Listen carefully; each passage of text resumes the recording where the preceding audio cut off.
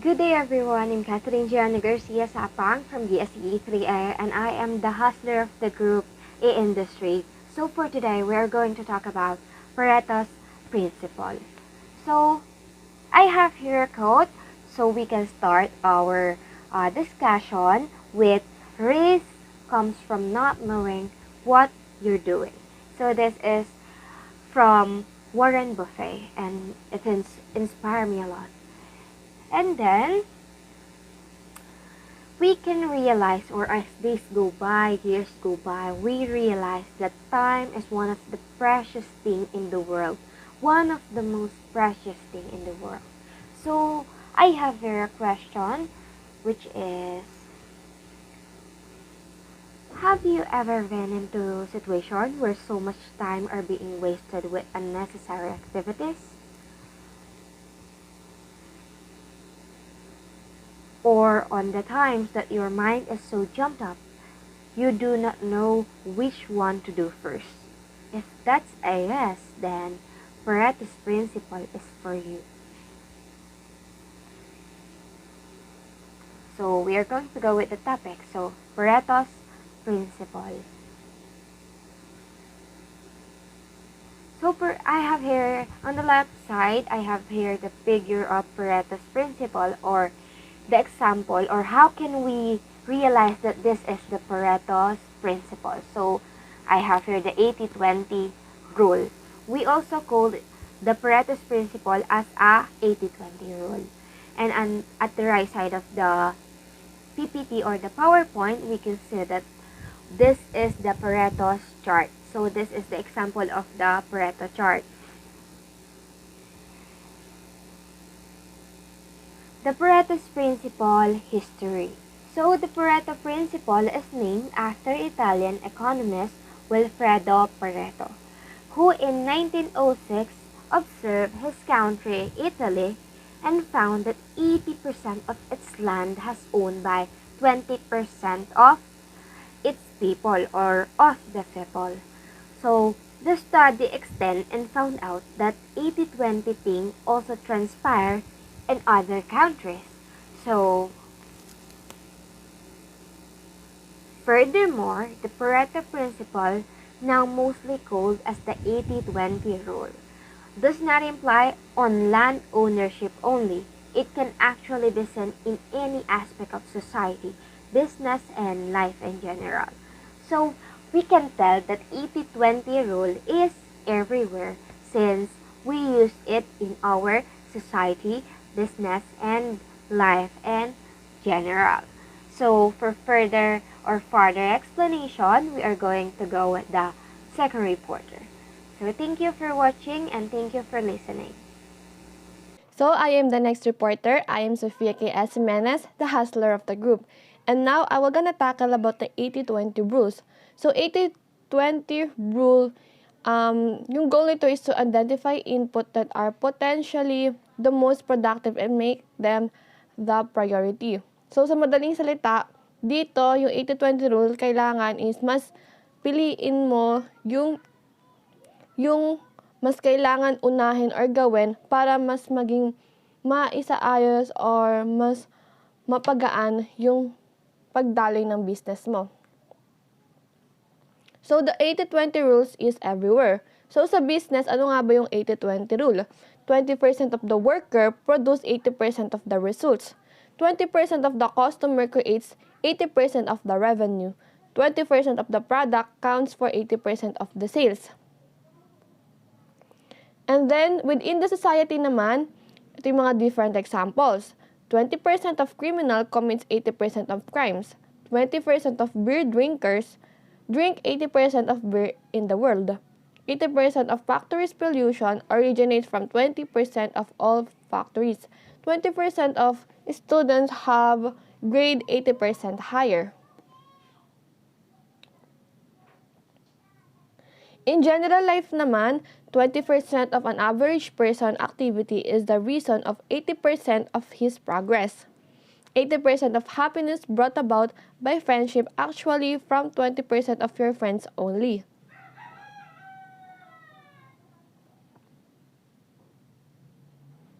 So, din sa 80-20 rules, din sa 80-20 rules is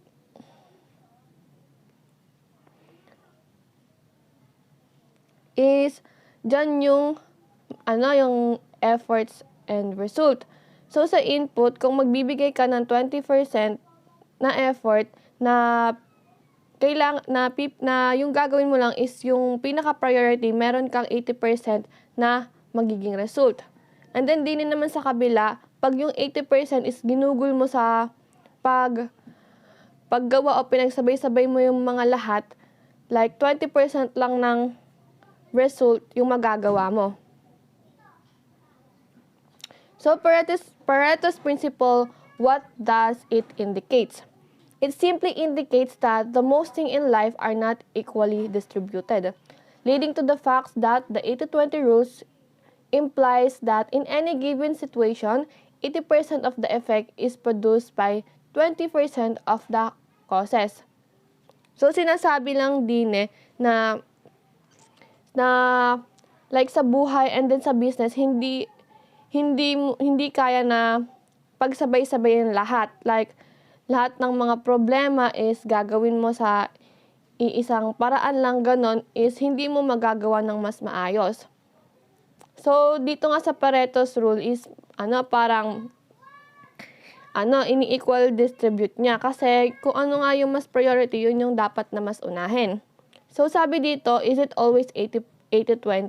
So, hindi siya laging 80-20. It could actually be lot steeper, 85-15, 90-10, 97, 93-7, or many more. It can also be a bit smaller, like 70-30, 74-26, 74-26. So, hindi siya laging 80-20. Like, hindi siya laging 80-20. Like, pwede siyang, yun nga, lot steeper. So, sabi dito, it's always 100 when added. So, hindi rin. Like, pag pinag-add mo siya, hindi laging 100. It could also be 85-20, 74-10, 91-32, etc. So, eto, binabase ito sa efforts na gagawin mo. So, why it is being called the 80-20 rules? Then, the 80-20 things in relation to it nowadays application should not be treated as exact entire, but rather a symbolic number. So, parang yung 80-20 is yung pinaka-symbol lang siya. Like, sabi ko nga, hindi naman na yung efforts mo is gagawin mo na exactly like that. So, may mga iba't iba tayong paraan, ganon. So, no matter what the ratios are, the bottom line is it leads us to the certainly that the minority of the causes produce the majority of effects. Same as on the other side that the majority of the causes produce the minority effects. This teach us to focus on the important aspect of life, the vital few, making us to do more by doing less. So, eto nga yung kanina ko pa binabanggit na sa Pareto's Principle na hindi nga kailangan na pagsabay-sabay yung mga gawain kasi like mas gugulo lang yung sitwasyon. Like, mas maganda kung magpo-focus ka sa isang bagay or yung mas priority. Yun yung tinatawag nga na vital few para mas alam mo kung ano ba yung dapat na mas unahin or bigyan ng solusyon. Sabi nga dito, di ba, do more by doing less. Kasi pag mas inuna mo yung mga priority, mas mapapadali kang gawin iyon. Mas mapapadali ka, and then, pag nadawa mo yon is pwede ka na ulit gumawa ng iba pang mga bagay. Ayun, para nga mas maging maayos yung daloy ng business or pagdating sa buhay. So, to increase revenue, you could try increase sale. The more you sell, the more profit you should make. Negotiate better deals with your suppliers. Cut excess overheads. Companies often retrench staff to do so. increase prices. If you can sell the same amount of good at higher price, you will make profit, and so on. In short, eliminate waste and improve the process, which is Lean Six Sigma. So the question is, can a company do all things simultaneously? No, and why? So dito nga nabanggit yung Lean Six Sigma. So sa Pareto's Principle is parang magkaugnay sila. Like 'di ba sa Lean Six Sigma yun yung mga waste na kailangan i-eliminate para mas maging maganda yung negosyo or mas magawa mong mabuti yon.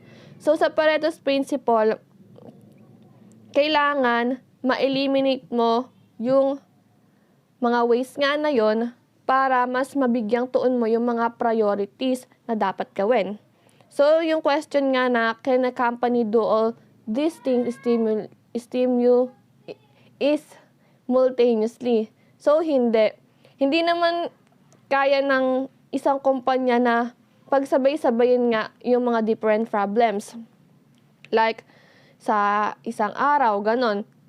Kaya ba nilang maayos yung mga problema pagdating sa mga supply, sa mga bills, sa mga kailangan bilhin, sa pag-aayos? Di ba hindi? Kailangan, siya, equally distributed sa bawat gagawin. Like, kung ano yung mga kailangan na gawin na mas mauuna or priority, yun dapat yung bigyan ng tuon ng pansin. So, the 80-20 principle in business. Because in business, you generally don't have the resources, time, energy, and management focus to do everything at once. So, yun kababanggit ko nga lang na hindi makakaya na gawin lahat sa isang solution lamang kasi may different solution yan sa bawat problema. Secondly, the Pareto's Principle teaches us that not everything is equally important. Ayun nga, lahat ng mga problem is hindi importante. Merong mas priority na dapat unahin. What should do is identify those actions, the vital few, that will result in the biggest increase profits, then focus first on it. So, sabi nga dito na kailangan na i-identify yung vital few. Di ba yung vital few is yun nga yung mga importante or yung mga priority dapat. So, kailangan alam and na-observe mo kung ano yung vital few para yun yung mas bigyan ng tuon ng pansin. So, using 80-20 wisely may cause the business to prioritize the least important, which is definitely do not constitute a leap forward. So, yun nga yun na yung mga priorities is ma-identify mo. Yung mga most priorities to least priority, yun yung ma-identify mo. And need mong malaman yung mga yun para nga mas alam mo kung ano yung dapat na unahin. So, ito yung Pareto's chart. Causes of customer complainants. So, sa left side, dito yung mga number of complainants. And then sa right side, yung mga percentage.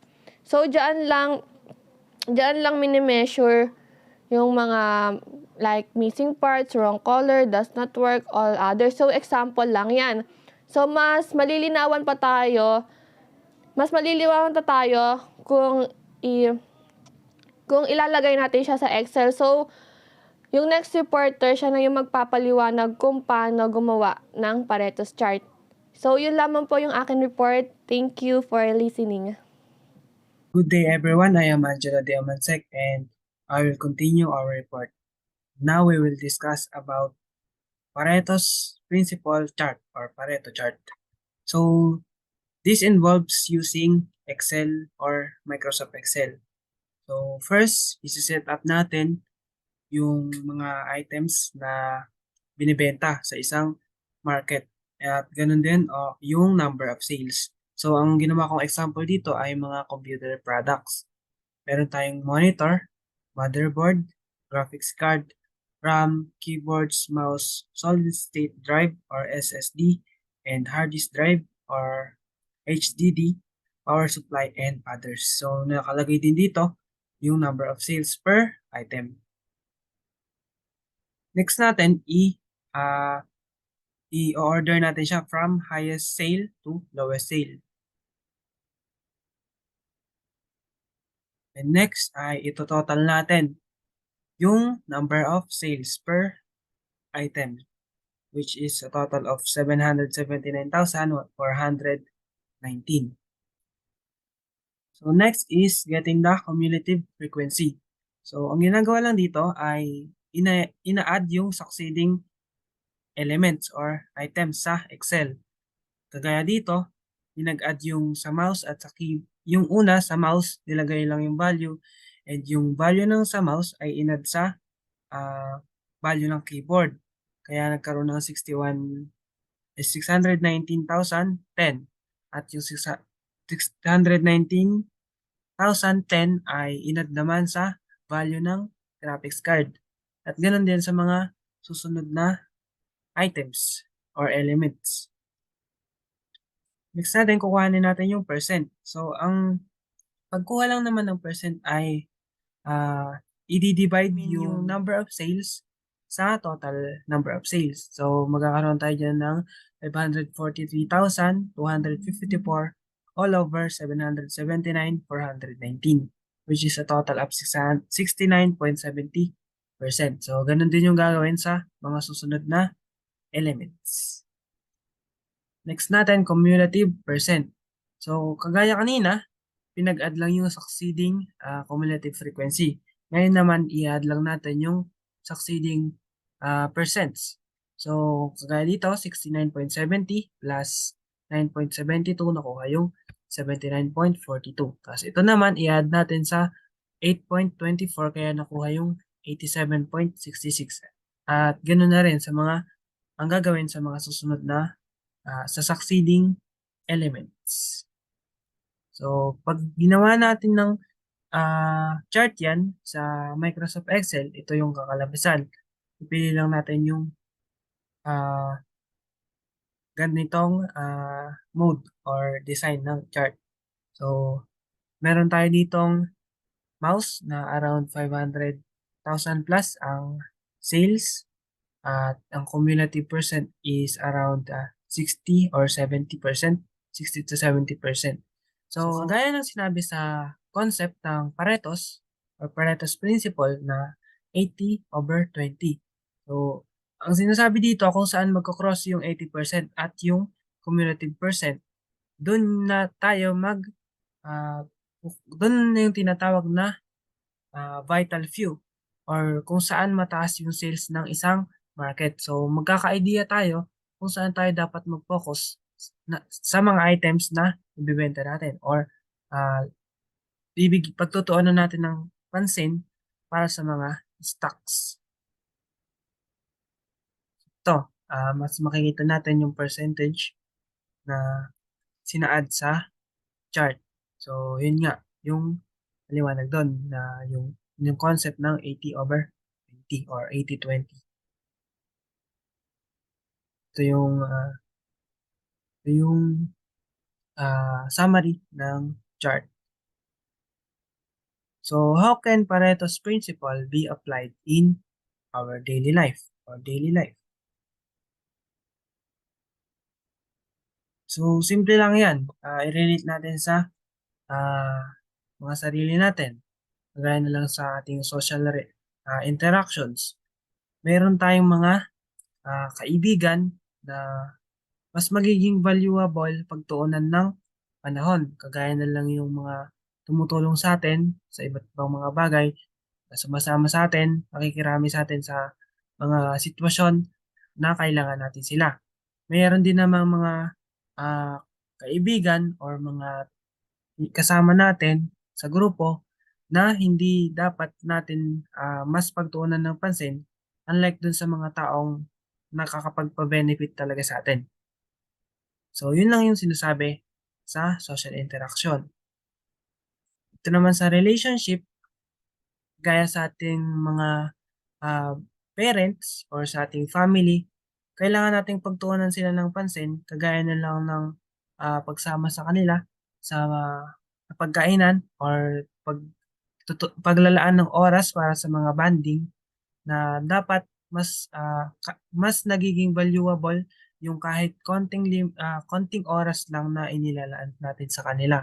Hindi man tayo makapaglaan ng maraming oras, ang ah, ang sinasabi lang ng Pareto's Principle ay pagtuunan natin ng pansin yung mga bagay na mas makakapagpabuti or yung tinatawag na vital few kung saan dapat tayo mag-grow or mag-progress or doon tayo mag-focus.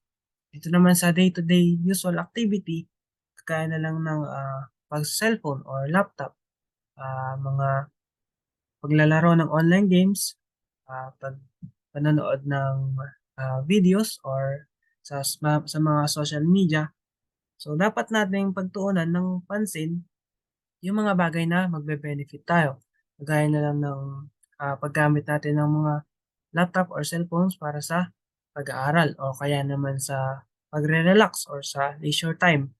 Or pwede rin tayo maglaan ng oras ah, para sa pagpapabuti ng ating well-being or pag-exercise. Gawin na rin ang pag-stretching na makakatulong sa atin para sa ating katawan para sa pang-araw-araw na ah, ginagawa. So, kayo ba, ano nga ba yung mga naiisip nyong mga bagay na nakaka-relate sa Pareto's Principle sa ating mga buhay? So, sa akin, personally, yun lang yung na-encounter ko na nai-rate ko or dapat kong ma-apply yung Pareto's Principle. So, lastly, mag-iwan tayo ng isang quote na a big business starts small by Richard Branson. So, thank you for listening and thank you for watching.